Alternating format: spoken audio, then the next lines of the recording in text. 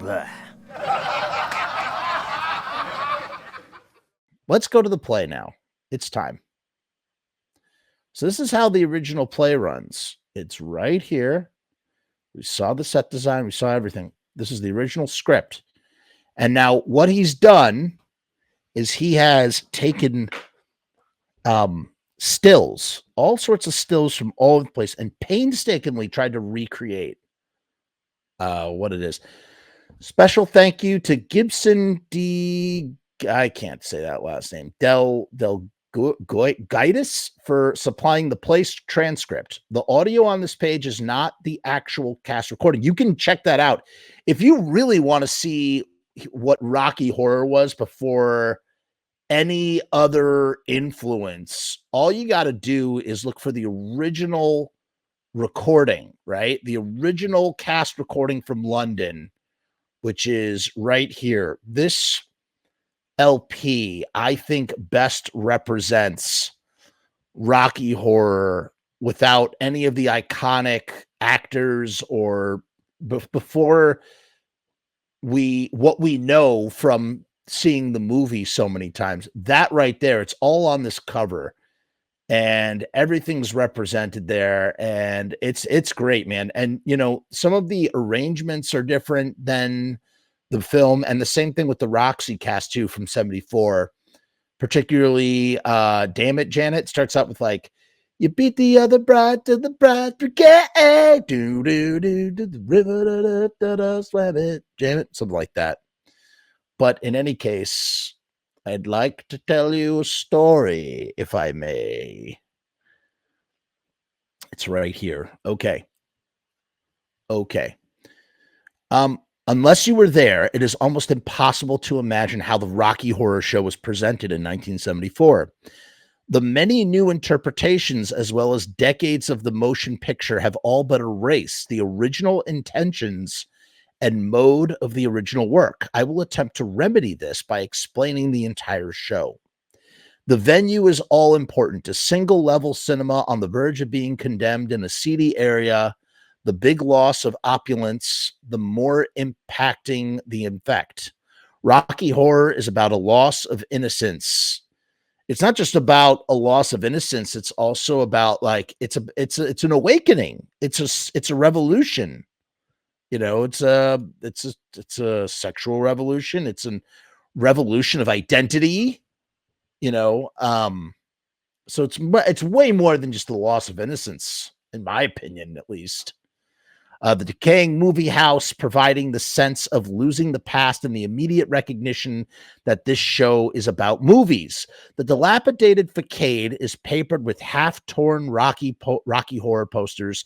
The lobby is papered with old horror movie posters, a jukebox and a pinball machine, as well as jukeboxes and pinball machines. Signs on the wall carry apologies for the inconvenience caused during demolition. Once inside the auditorium, you see the entire interior has been covered in dark blue canvas, stenciled with Acme Demolition Company. Scaffolding runs both side walls, finishing at raised platforms at the sides of the stage. The one at the left has a ladder running from the stage to the platform where an old Coca-Cola chest style fridge is sitting with the black curtain blocking any view of what may lie behind the center aisle. The center aisle is also blocked by a catwalk running from one of the back doors and meeting at the center of the stage. The scaffolding platform on the right are also accessed by ladder, supports the lab. The lab consists of a hospital bed with neon tubes in rows behind it, as well as the test tubes and chemical flasks filled with colored liquids arranged in the front of the neon. Until the scene that uses the lab, it is hidden behind a shabby stained curtain resembling a painter's drop cloth. The audience is faced at a proscenium and red velvet curtains. The room is very dimly lit, and what can be seen is decaying, cracked, or missing. A lifeless arm can be seen hanging through a large crack in the ceilings.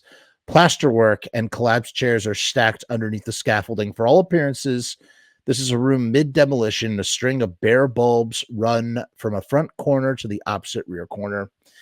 As the theater is a cinema, the amount of room behind the screen is a bearing on the set's layout. If there is enough space, the band can perform from behind the movie screen, and the right-hand side scaffolding platform area can hold the Coke fridge. Behind the screen is a curved ladder that forms an arc and also a set of colored lights making a rainbow. The screen is a gauze fine enough to see through when lit from behind. Three ushers, badly dressed in moth-eaten suits and clean plastic face masks, mannequins in the same costumes are positioned randomly against the walls and poles, menacing patrons by standing and staring at them or sitting in an empty seat next to them till they notice and yelp with fright. At one point, one of them begins vacuuming the threadbare carpet. Amidst the screams and laughs, the band begin taking their places in an area off to one side amongst the scaffolding, which is hardly noticed. Riff Raff, Columbia, and Eddie, Dr. Scott are the disguised ushers, and they approach the stage as the lights dim. There's a scream, and the curtains open to reveal an usherette sitting on a black square block at the center of the stage with the cinema screen behind her. She is covered with white gauze, lit only by a torchlight from her ice cream tray. The three ushers move towards her, and her sign says strawberry time. They turn to the audience and yell, "Glad you could come tonight." As they remove the veil, a spotlight hits the usherette, and she starts to sing. I'm not going to sing it again, but she sings science fiction. Here she is with her strawberry time tray, and she's imagining everything that we're about to see, right? And here's some movie posters. This is just done so well. The piano plays the sound of wedding bells. Brad and Janet the latter carrying a bouquet, run on as the lights come up. The three ushers throw confetti over them and then climb to the laboratory or Coke machine to sing the word Janet in the next song. Brad and Janet are both breathless. "Oh, Brad, wasn't it wonderful? Didn't Betty look radiantly beautiful? I can't believe it. Just an hour ago, she was plain old Betty Moreau, and now she's Mrs. Ralph Hapchat." "Yes, Janet, Ralph's a lucky guy." "Everyone knows Betty's a wonderful little cook." "Yeah, oh, shit, I messed it up." Janet, "Yes, everyone knows Betty's a wonderful little cook.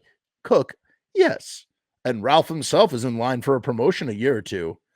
"Yes." Brad takes the microphone and he begins singing, "Hey, Janet, I've got something to say.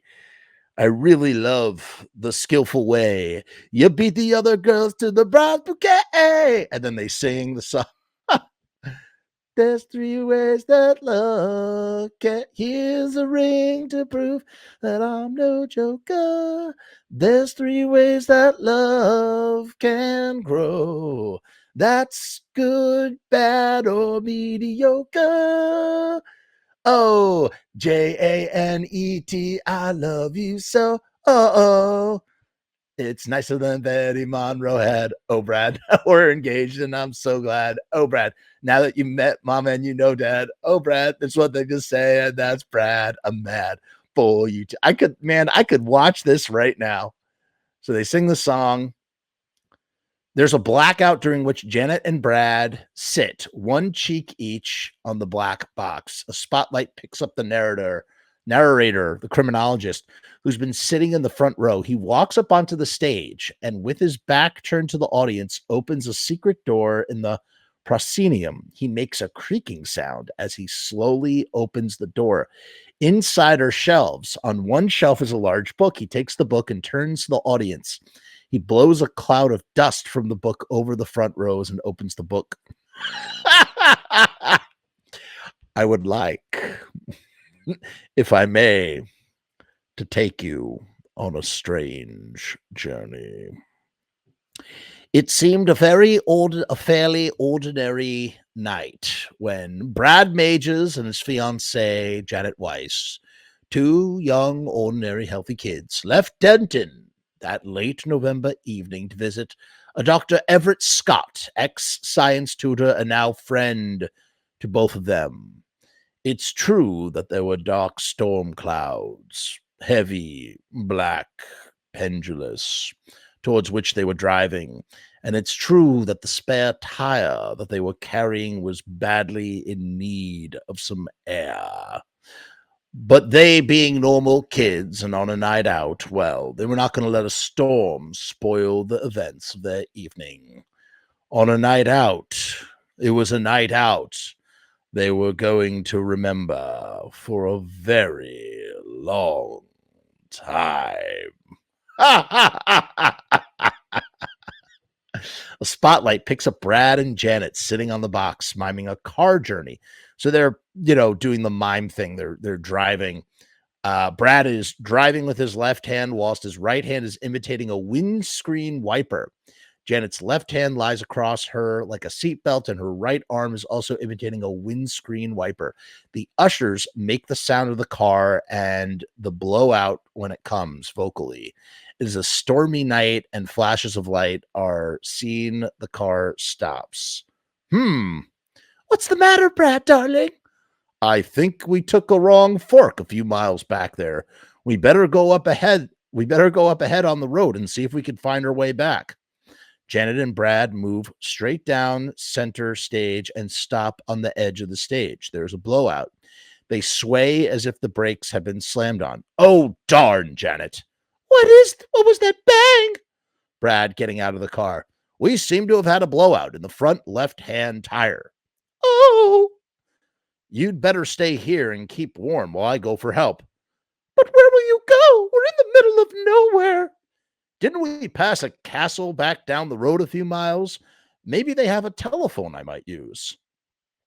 I'm coming with you. She gets out. Riffraff makes his way onto a ladder and climbs it. There's no point in both of us getting wet. I'm coming with you. Besides, darling, the owner of that phone might be a beautiful woman, and then you may never come back. The ushers take up the laughter. Janet picks up the microphone. And then we get over in the Frankenstein place. And here's a picture of over at the Frankenstein place. Oh, man, that is beautiful. I can't. In the velvet darkness of the blackest night, burning bright, there's a guiding star. No matter what or who you are, there's a light over at the Frankenstein place. And then, of course, the best part is Riffraff. The darkness must go down the river of night streaming. Flow, Morpheus, slow. Let the sun and light come streaming into my life. Into my life. And then, it goes on and goes on. So they're saying there's a light, right? Lightning is seen. Janet seems scared. It's all right, Janet. Oh, Brad, let's go back. I'm cold and I'm frightened. Just a moment, Janet. They might have a phone. Brad pulls a cord by the red velvets as though it is a bell pull. He turns to Janet and the bell rings behind his back. After some time, the door curtain opens far right. Hello. Oh, hi there. We're both in a bit of a spot. I was wondering if you could help us. Our car is broken down about 2 miles back. Do you have a telephone we might use? You're wet. Yes, it's been rain. The rain has been very heavy. Yes. Crack! Lightning, thunder and lightning. I think you better both come inside. You're too kind. Brad and Janet go in around the back of the screen to the other side of the stage. Riffraff smiles and exits after them. There's a blackout. The spotlight comes up to the narrator. Yes. Yes. And so, after braving the inclement weather and some not too little and some not too little time, it seemed that fortune had smiled on Brad and Janet, and that they had found the assistance their plight required. Or had they? There was certainly something about this house, to which a flat tire and a wet night had brought them, that made them both feel apprehensive and uneasy. But if they were to reach their destination that night, they would have to ignore such feelings and take advantage of whatever help was offered. Riffraff leads Brad and Janet on from the left. They look around. Riffraff walks to the other side of the stage, stops and turns. Wait here. Janet looking around. Oh, Brad, what sort of place is this? I'm frightened. It's probably some sort of hunting lodge for rich weirdos. But you're shivering. Yes, I'm wet. Brad crossing to the box. Look, feel this. There's hot air coming from this grill in the wall. Take off your sweater and dry it here. I'll keep a lookout for that undertaker. Oh! For God's sake, keep a grip on yourself, Janet. I'm here. There's nothing to worry about. Janet smiles. Here, dry my coat, too. Okay.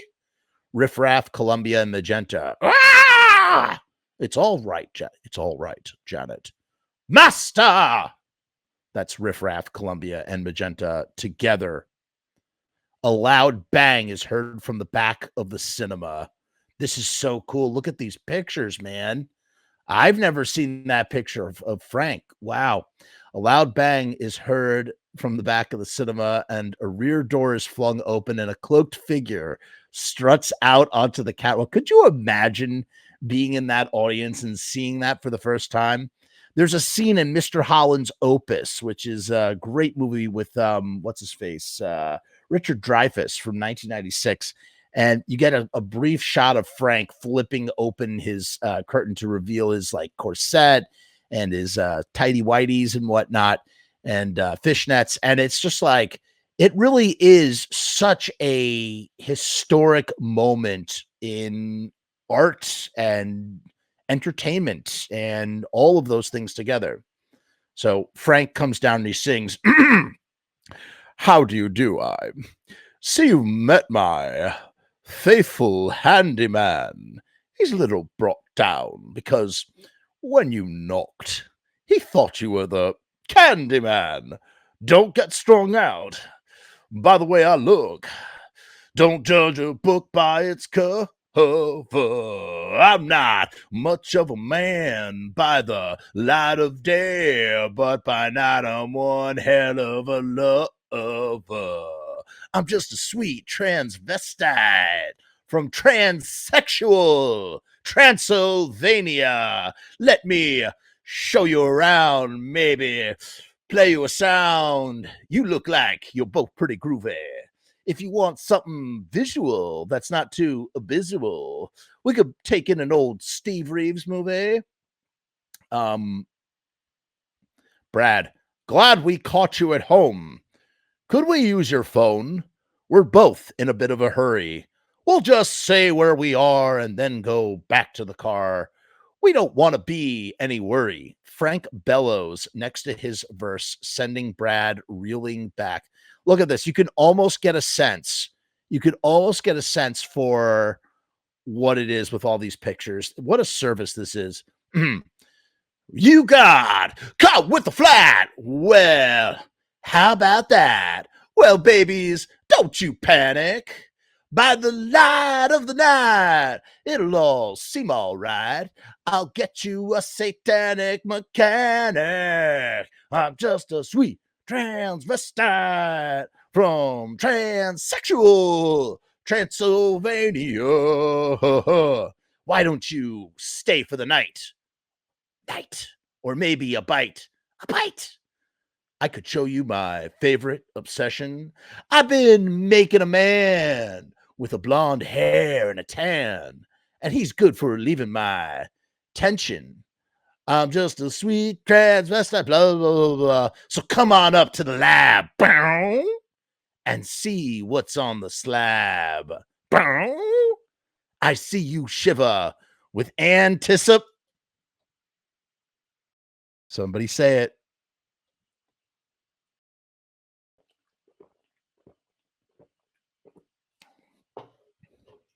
All right, I'm not going to wait.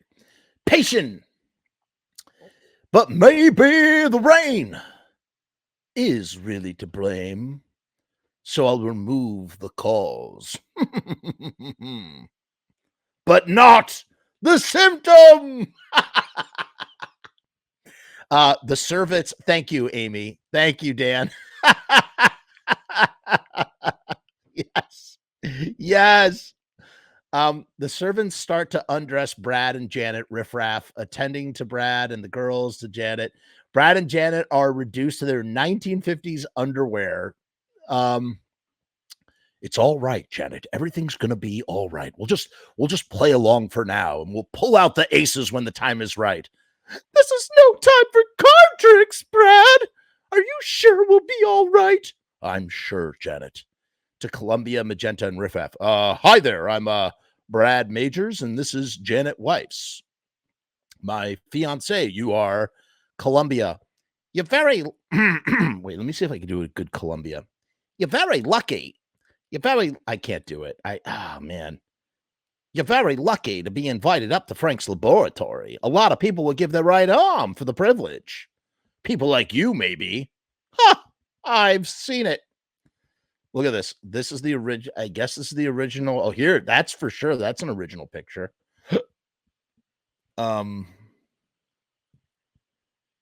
Wow. Janet. Is Frank your husband? The master is not yet married, nor do I think he ever will be. We are simply his servants. Then he's very lucky. Yeah, you're lucky. I'm lucky. He's lucky. We're all lucky. All except for Eddie. Shh. Eddie? The delivery boy. No, the delivery boy. Shh. Yeah, see, they mention Eddie. In the movie, they don't really mention Eddie, but in the play, Eddie is foreshadowed a whole bunch. Columbia says, his delivery wasn't good enough. The master only wanted to help the boy better his position. Well, that's very commendable. Brad slaps Riffraff on the back. Dust flies. Riffraff hides his black anger. Oy. Yes, it seems only yesterday since he went. Where? To Paces. And then it goes right into the time warp. It's astounding. Time is fleeting. Madness takes its toll. But listen closely. Not for very much longer. I've got to keep control. I remember doing the time warp, drinking those moments when the blacks would hit me and the void would be calling. Okay, let's just go to it. Hold on. Wait, just a second. It's just a jump to the left. Oh. And then a step to the right. Put your hands on your hips and bend your knees in tight. And it's velvet dust. I really drive me insane. Let's do okay. All right, let's keep this going. We're gonna be here all night. But look, you can see all the different versions. The lights come up as Frank appears dressed in green surgical coat and pulling on surgical rubber gloves. Frank speaks, unlock a mind. Unmind a lock. It's the same as the beginning of the end. Do you follow? No. It's an anagram, Janet. I wonder, may I offer you something refreshing? Brad and Janet together. No. Frank. No, you're right. I won't. How delightful to have fresh faces around to entertain. Brad Majors. And this is my fiance, Janet Weiss. Weiss. Frank kisses Janet's hand and looking repulsed. Enchanté, how nice. And what charming underclothes you both have. But here, put these on. A hand holds out two white cloaks. Frank gives the coat to Janet and Brad. It'll make you feel less vulnerable. We don't often receive visitors here, let alone show them such hospitality. Hospitality? All we wanted to do was use your phone, a reasonable request which you have chosen to ignore. Oh, don't be ungrateful, Brad. Ungrateful? How forceful you are, Brad. What a perfect example of manhood, so dominant. You must be very proud of him, Janet. Yes. Tell me, Brad, do you have any tattoos? Certainly not. Oh, well. How about you, Janet? Um, Master, everything is in readiness, Master. We merely wait for you to give the word. This is riffraff. He pokes his head out, blah, blah, blah, that whole thing. Tonight, Brad, Janet, paradise is to be mine. Oh, how wonderful for you. It was strange the way it happened.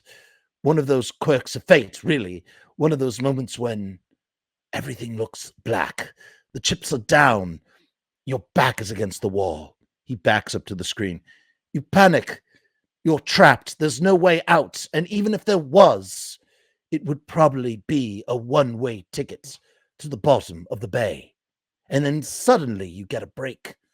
All of the pieces seem to fit into place. What a sucker you've been. What a fool. The answer was there all the time. It took a small accident to make it happen. Everyone looks at Frank in blank amazement. An accident. An accident. That's how I discovered the secret. That elusive ingredient. That spark. That spark. That is the breath of life itself. Yes. I have that knowledge. I hold the key to life itself. You see, Brad and Janet, you are fortunate, for tonight is the night my beautiful creature is destined to be born. To riffraff. Throw open the switches on the sonic oscillator and then step up the the reactor power input. 3 more points. Frank climbs to the laboratory. Riffraff pulls back the curtain to reveal Rocky lying the mummy on the Coca-Cola fridge. Lights flash and the band plays an uneasy chord that grows and grows. Rocky sits up and then stands up. Riffraff and Frank tear the bandages off. Look, and there you have it. That's how it used to be, right? So he used to be on top of the Coca-Cola machine and he'd get up, they'd rip off things, and then he'd jump into a song, and there he is. Brad! It's all right, Janet. And they go into one of the best songs, one of my favorite songs. The sort of Damocles is hanging over my head. And I got the feeling someone's gonna be cutting the thread. Oh, woe is me. My life is a mystery. Oh, God, it's such a good song. I woke up this morning when I fell out of bed. That ain't no crime. So good. And then halfway through, so in the original version, there's a breakdown where the narrator comes and goes, Rocky Horror, you need a peace of mind. I want to tell you that you're doing just fine. You're the product of another time. So feeling low, well, that's no crime. That ain't no crime. Boom, boom, boom, boom. That ain't no crime. La, la, la, la, la. So there's Rocky, right? But that's a later Rocky. That's not the same Rocky, I don't think. So, and Rocky actually speaks in the original version. Oh, well, really, that's no way to behave on your first day out. Rocky. I don't even know how to do Rocky because, all right, I'm just going to do Sylvester Stallone. Hey, well, nobody's perfect, but I do think you made a pretty good job of the body work. You really are the result of many hours of toil. And now, my beautiful creature, you're ready for the ultimate test. Oh, dear. But first, meet the family. Magenta, Rocky. Hello, Rocky. Hello, Magenta. Hello, Magenta. Riffraff, Rocky. Hello, Rocky. Hey, yo, Riffraff, hello. Frank, Columbia, Rocky. Hello, Rocky. Hey, yo, hey, hello, Columbia. Frank, scowling at Columbia. Well, Brad and Janet, what do you think? I don't like men with too many muscles. I didn't make him for you. He carries the Charles Atlas seal of approval. And then we get the Charles Atlas song. A weakling weighing 98 pounds will get sand in his face when kicked to the ground. Right? And this is the original advertisement. I'll prove in only 7 days I can make you a man. And that's how he wrote the song originally. And then that, look, there's, okay, so, oh man, look at this. I don't know which Eddie that is, but there's Meatloaf as Eddie. So awesome. The cast freeze in an animated tableau. Eddie appears from the machine. He is battered and shows the occasional seam. He is wearing extremely thick crepe-soled shoes, black drain pipes, skin tight, drape coat or leather jacket. He has a hint of Frankenstein's monster.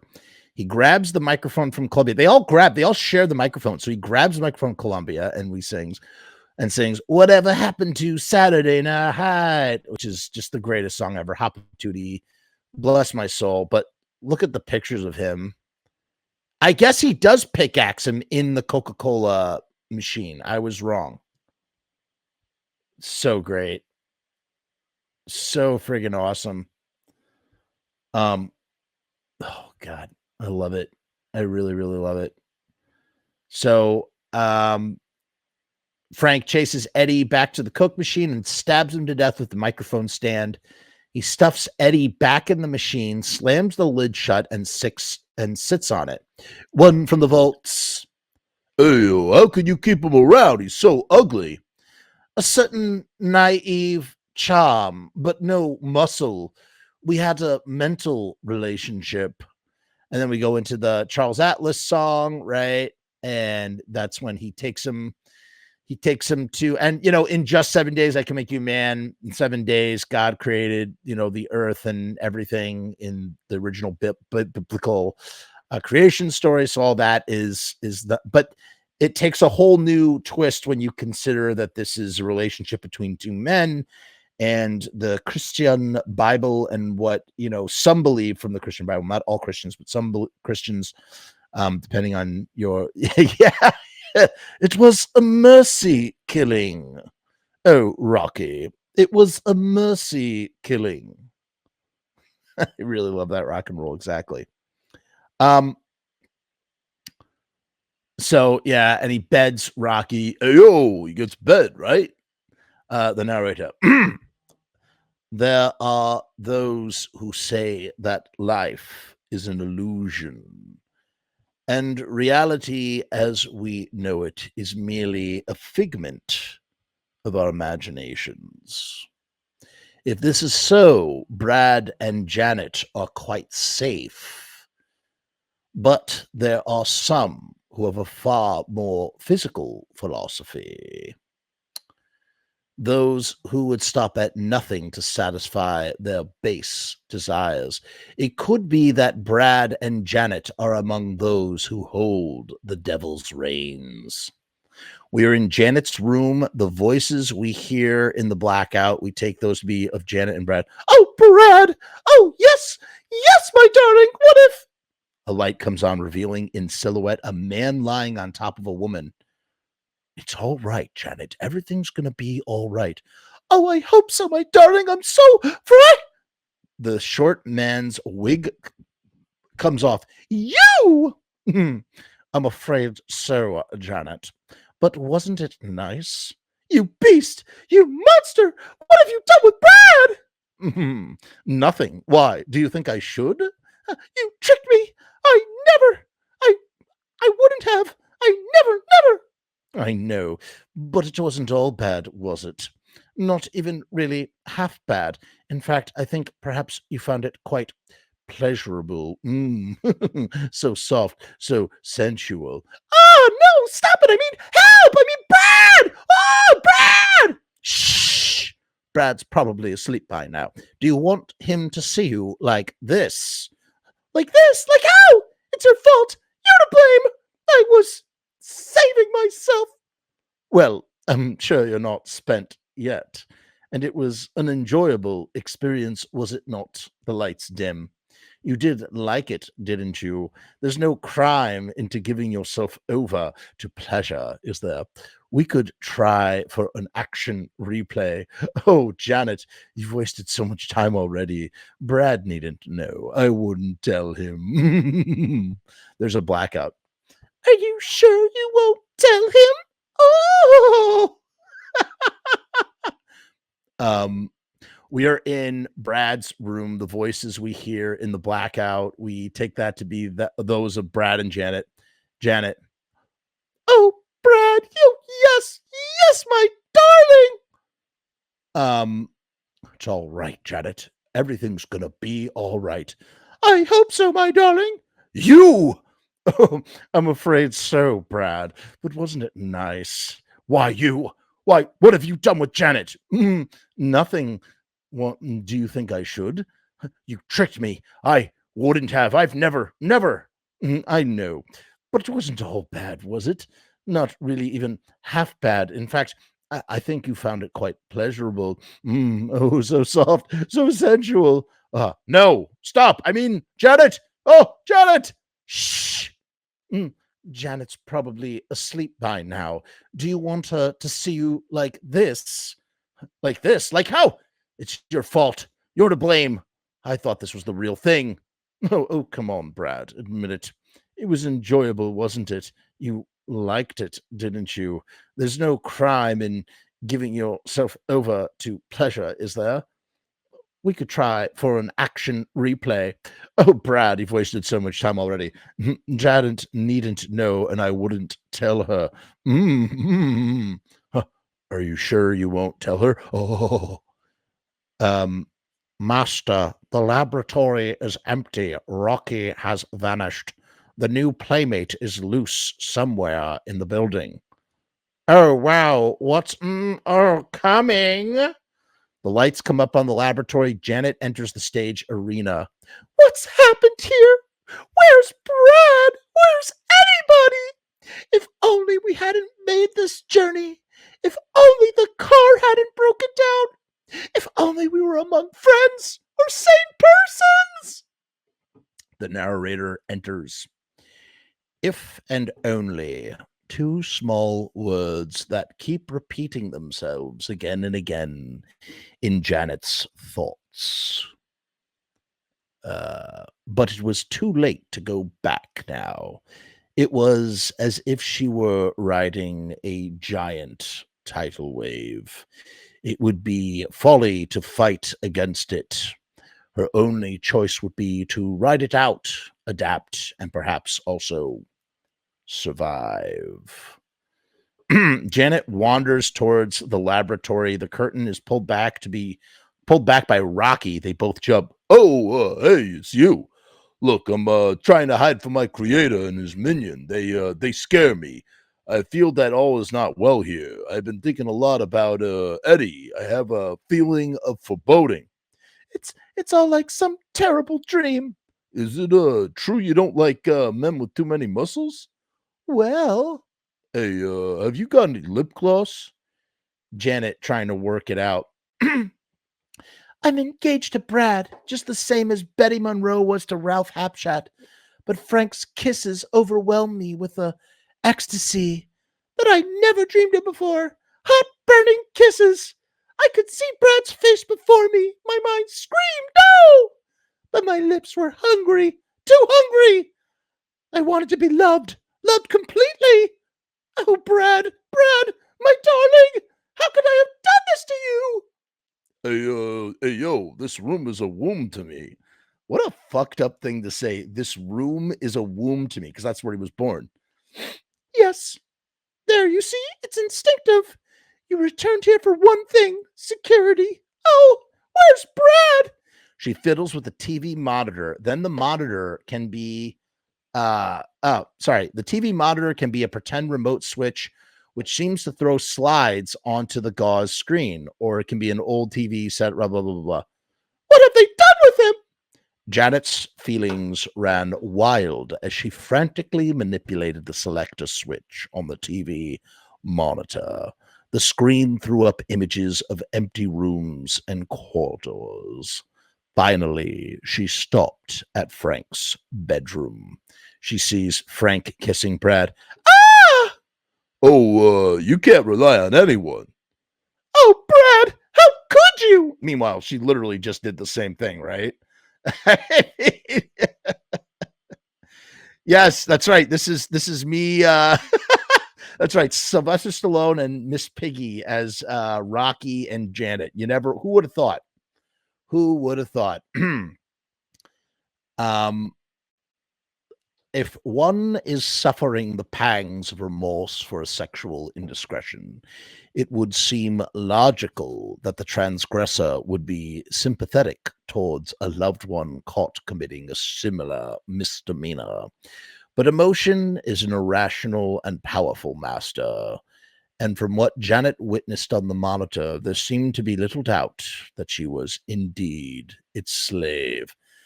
Tell us about it, Janet. So then we go into touch me. I'm not going to sing touch me. I'm not going to sing it. Touch me. The lights come. So they're banging, right? The lights come up on the stage as Frank is chasing Riffraff and whipping him. Frank has a rocker's leather jacket all over his fishnets. Brad follows, and the narrator is already on the stage, right? Ah, mercy. Frank whipping him. How did it happen? I understood you were to be watching. I was only away for a minute. I was only away for a moment. See if you can find him on the monitor. I've located him in the female's quarters, master. Rocky! He's about to faint, but it seems no one is around to catch him. Frank composes himself, calls Riffraff over, and faints in his arms, Riffraff catching him just in time. That's a gag that we don't get in the movie at all. So it's like there is some stuff that gets lost in translation. Brad, Janet, how could she? That's it. It's over. Narrator, over. What was over? What was over? Not the night, that was certain. Brad and Janet's engagement, their love for one another, who could say? For questions such as these are not to be answered by the academic. They must be left for the heart to solve. And Brad, you may be sure, had plenty of heart. So this is Brad's Jilted Lover song, which is one of my favorites and is totally absent from the movie, really. But it, once in a while, she don't want to call you. Boom, boom, boom, boom, boom. Speaking on the telephone. And once in your life, she won't want to know you. Boom, boom, boom, boom, boom. The one you found. Doom, doom, doom, doom, doom. The one you found. She is gone. All right. So, baby, don't cry like there's no tomorrow. After the night, there's a brand new day. And there'll be no pain and no more sorrow. Doom, doom, doom, doom. So wash your face. Boom, boom, boom, boom, boom. And for my place, it will be okay. So now Scotty arrives. That's Dr. Everett Scott, right? Frank jumping to his feet. How maudlin, how pathetic. Your baggage has dared to defile my beautiful creature. Oh, Rocky, how could you? Master, we have a visitor. Great Scott! Scotty! Dr. Everett Scott! You know this this person? Yes, I do. He's an old friend of mine. Frank turning to Brad. I see. So it wasn't simply a chance meeting. You came here with a purpose. That's not true. My car broke down. I told you. I know what you told me, Brad, but this Dr. Everett Scott, his name is not unknown to me. He was a science teacher at Denton High, and now he works for your government, doesn't he, Brad? He's attached to the Bureau of the investigation of what you call UFOs. That's right. Isn't it, Brad? Brad, he might be. I don't know. A figure in a wheelchair crosses us from right to left. No one sees him. The intruder has entered the building, Master. Ah, he's in the Zen room. Seal off the exits and all the doors except for those that lead here. Riffraff, bring Rocky and Janet here. I think we should make this a social occasion. The three unexpected guests shall entertain us with a floor show, which I shall direct. So we don't get the dinner scene is gone, which is like so great. And I guess I forgot we don't get Eddie's Teddy. There's no Eddie's Teddy. That came later. And that's when we learn that Dr. Scott is Eddie's uncle, I guess.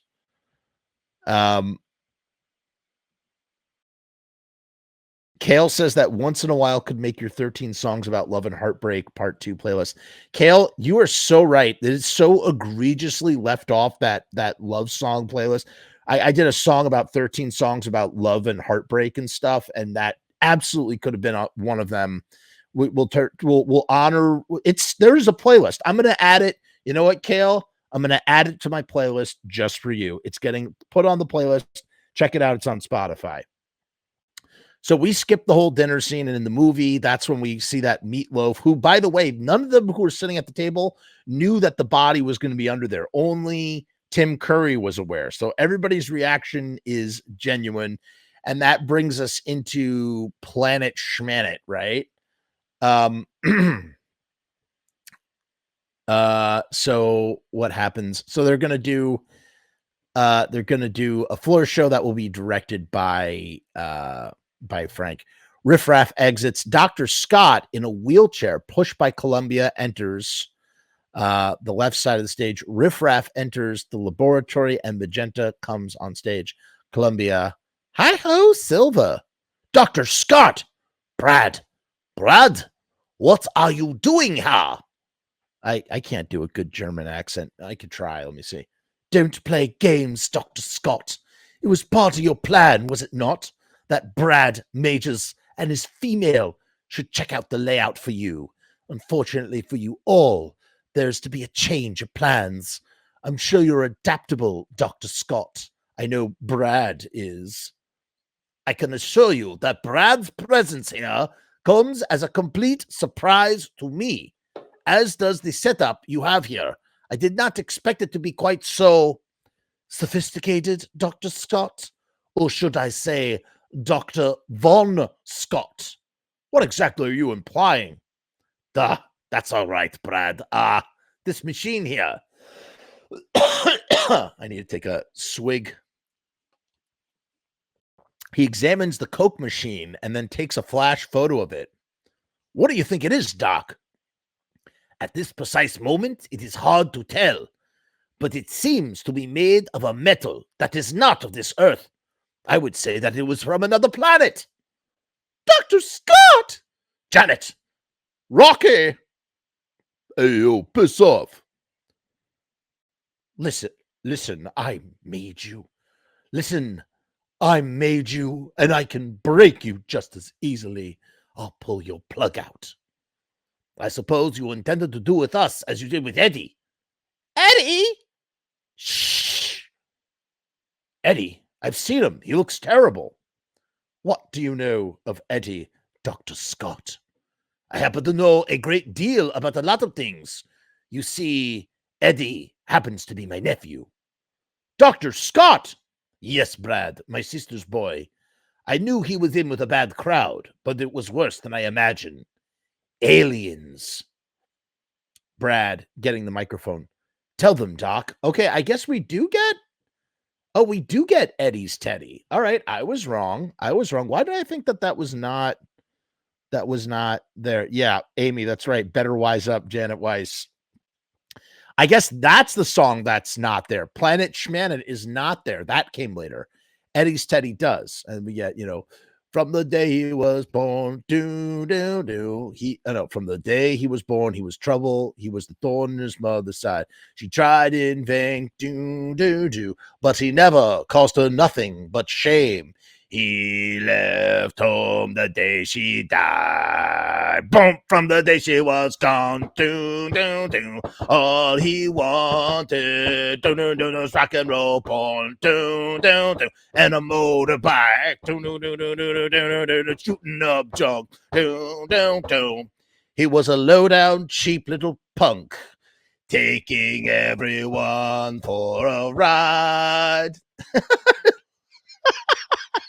Doing that. When Eddie said he didn't like his Teddy, he knew he wasn't no good kid. But when he threatened your life with the switchblade knife, everybody shoved him. I very nearly loved him. I said, hey, listen to me. Stay sane inside insanity.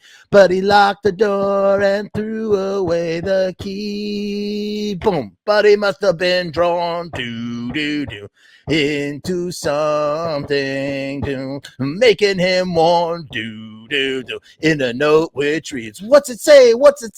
I'm out of my head. Oh, hurry, or I might be dead. They mustn't carry out their evil deeds. Yeah. What a guy, what makes you cry? And I did. Oh, so you know what it is? So Frank runs to the Coke machine. She goes and says, say a prayer for Eddie. I just defrosted him. And then he pulls out a bag of blood and gore. His destiny is in the bag. That's what it is. I'll put him down the waste disposal. Clever girl. He throws the bag to Magenta. Magenta exits with the bag. Why, you? Frank, flicking a switch. There, that should restrain you all. 3 pools of light fall onto the stage, one on each on Brad, Janet, and Scotty. My feet! There's something wrong with my feet! My wheels! My God! I can't move my wheels! It's as if we're glued to the spot. You are so quake with fear, you tiny fools. Okay, it's star time. Riffraff, set the sonic transducer on program 8. Secure all levels at 0. Relax. You won't find Earth people quite an easy mark that you imagine. This sonic transducer, it is, I suppose, some type of audio vibratory physiomolecular transport device? You'd better believe it, baby. You mean? Yes, Brad. It's something that we ourselves have been working on, but it seems our friend has found a way of perfecting it. A device that is capable of breaking down solid matter and then projecting it through space and who knows, perhaps even time itself. You mean he's gonna send us to another planet?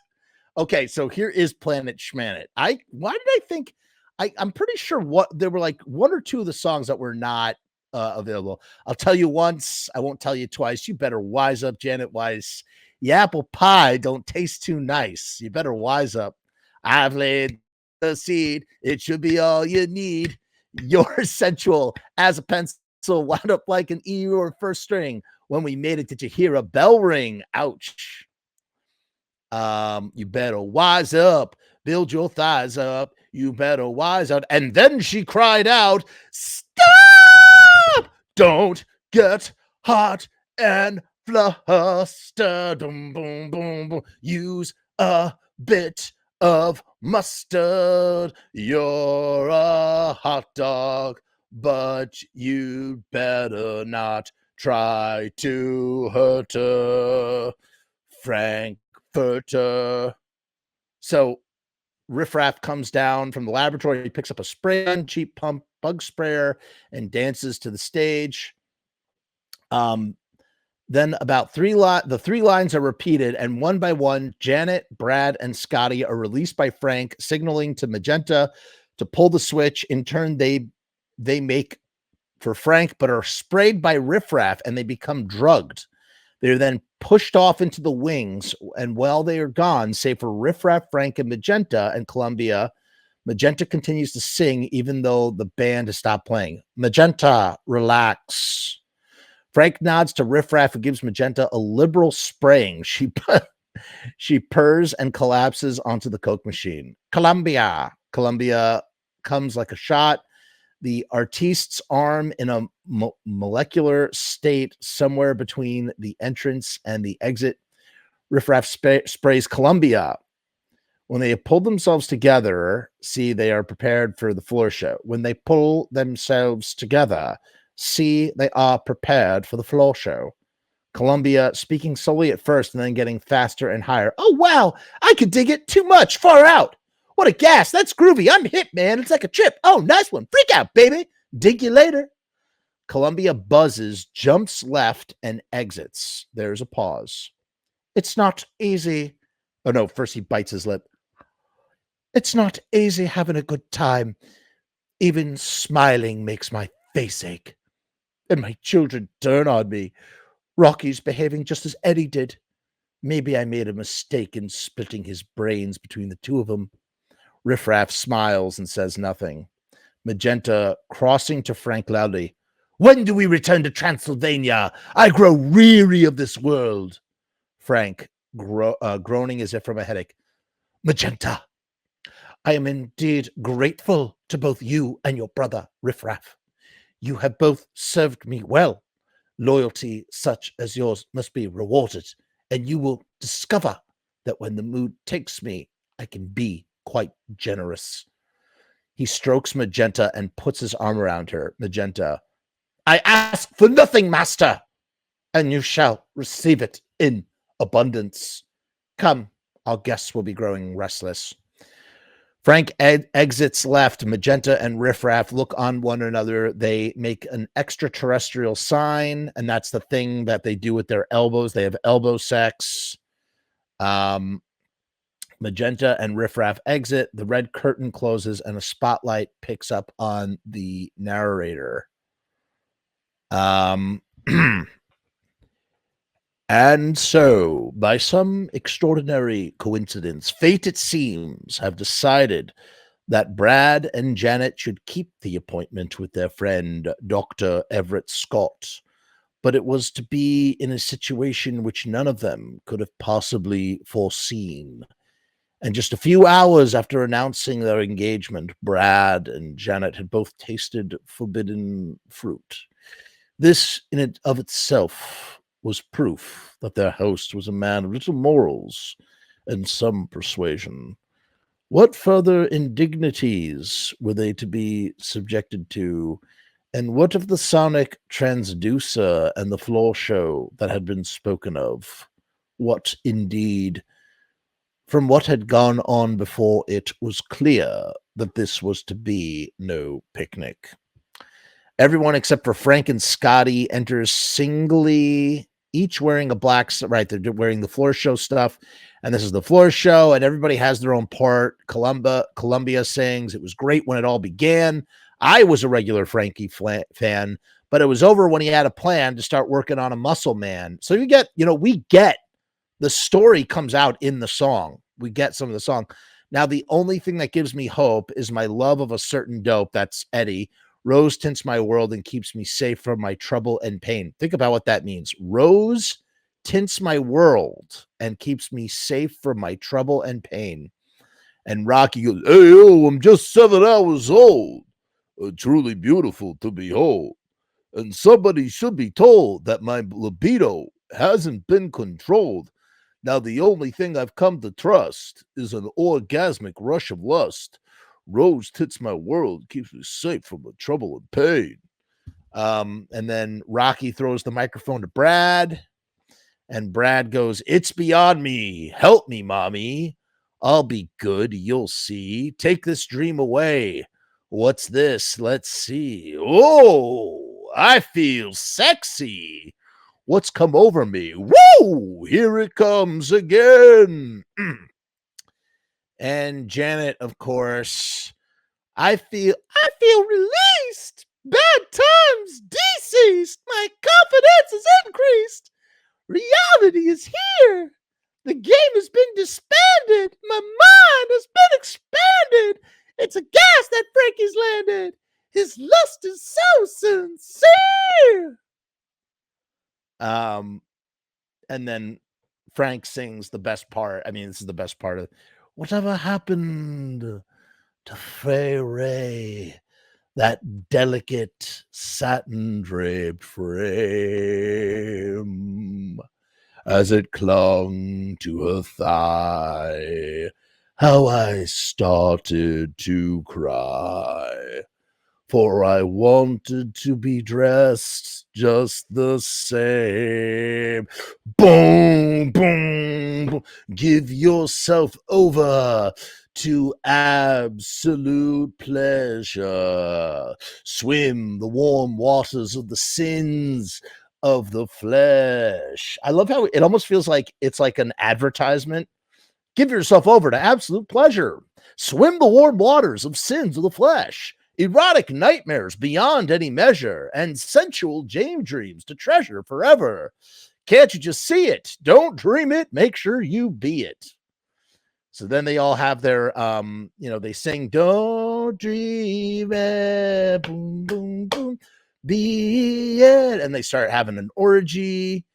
They all gather around Frank, trance-like. They fall to their knees and stroke each other. Janet slips the microphone to Frank. Scotty enters, takes a photograph. Frank's last chorus continues and fades slowly. And here's a bunch of the things. And there he is. And he also has his fishnets on as well. We've got to get out of this trap before this decadence saps our wills. I've got to be strong and try to hang on, or my mind may well snap, and my life will be lived for the thrill.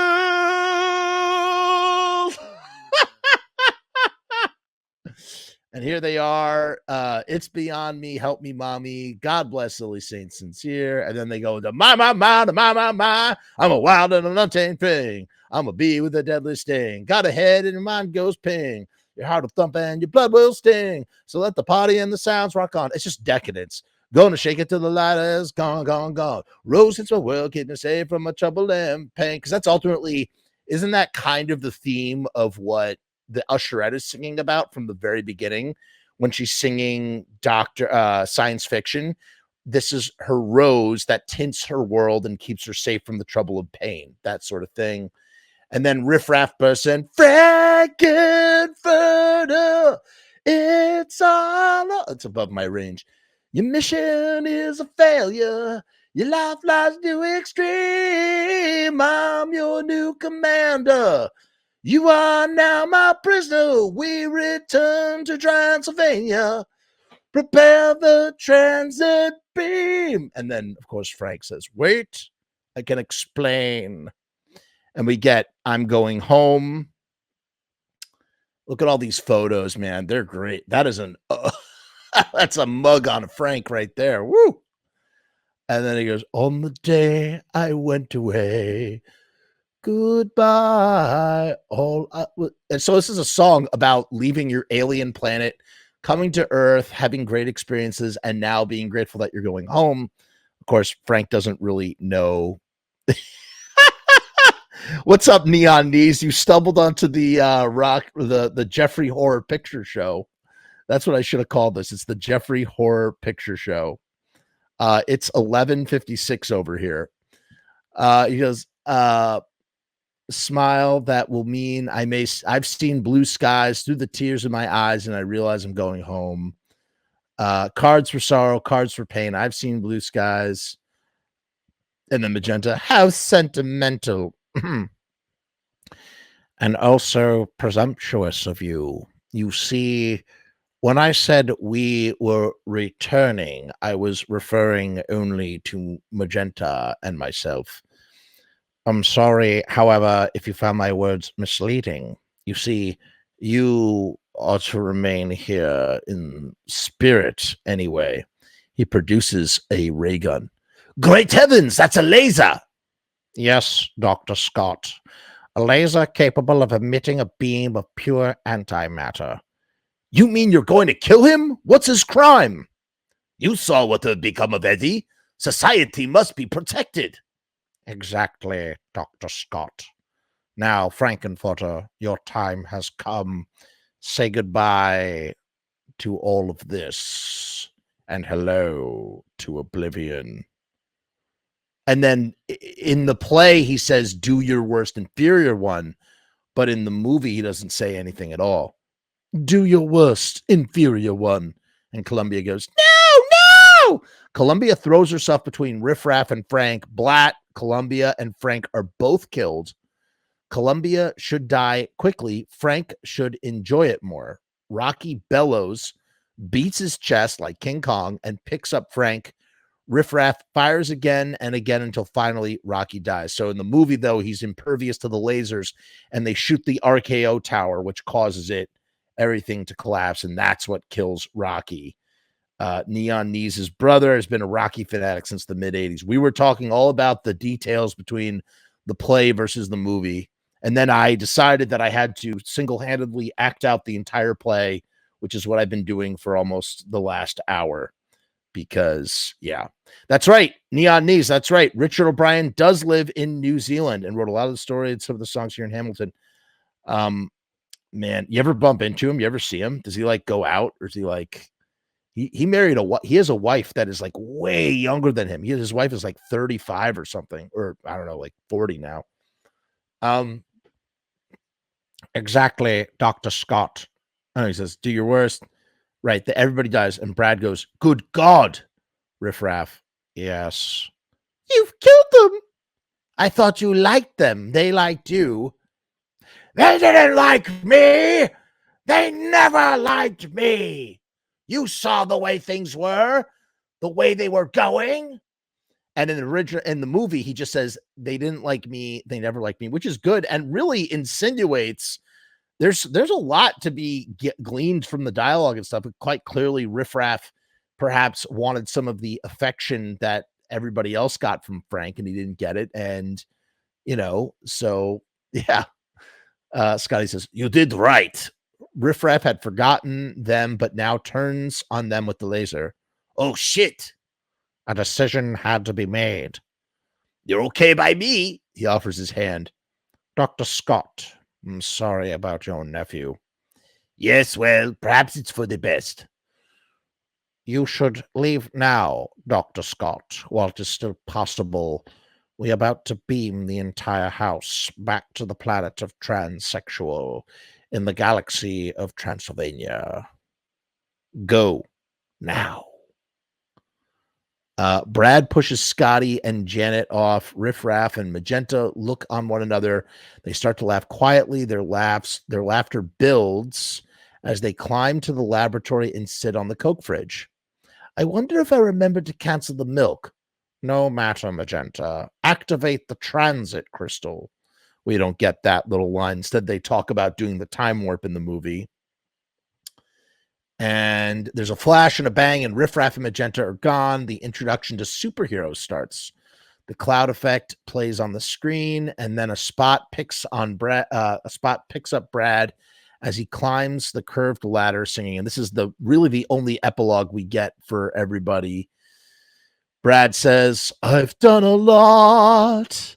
God knows I've tried to find the truth. I've even lied, but all I know is down inside I'm bleeding. I guess this really is innocence lost. Then the light picks up on Janet, and I can't do it. My voice. And superheroes come to feast. to taste the flesh, not yet deceased. And all I know is that the beast inside is feeding. And then it's and crawling on the planet's face, some insects called the human race, lost in time and lost in space and meaning. And then we get the close. I can't sing anymore. Frank has built and lost his science fiction double feature. Frank has built, this is the usherette. Frank has built and lost his creature. Darkness has conquered Brad and Janet. The servant's gone to a distant planet. Oh ho ho ho at the late night double feature picture show. I want to go to the late night double feature picture show. So wonderful. So great. The curtain closes and that's the end. Woo! Broadway, here we come. Neon Knees says there's a riffraff statue in Hamilton. He lives on a farm outside of Taranga up north. That's awesome. Yes. And meaning. I got to tell you, like the whole time we were reading that and like I was singing that, like I could literally I was picturing the movie in my head.